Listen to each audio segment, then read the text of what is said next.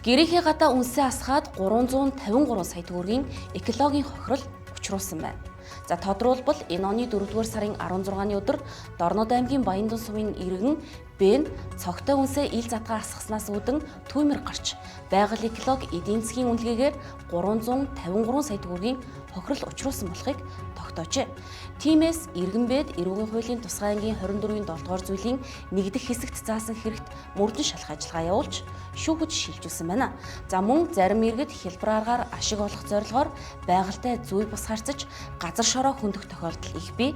Ямар нэгэн зөвшөөрлгүйгээр ийм үйлдэл хийсэн тохиолдолд эрүүгийн хуулийн дагуу хариуцлага хүлээдэг.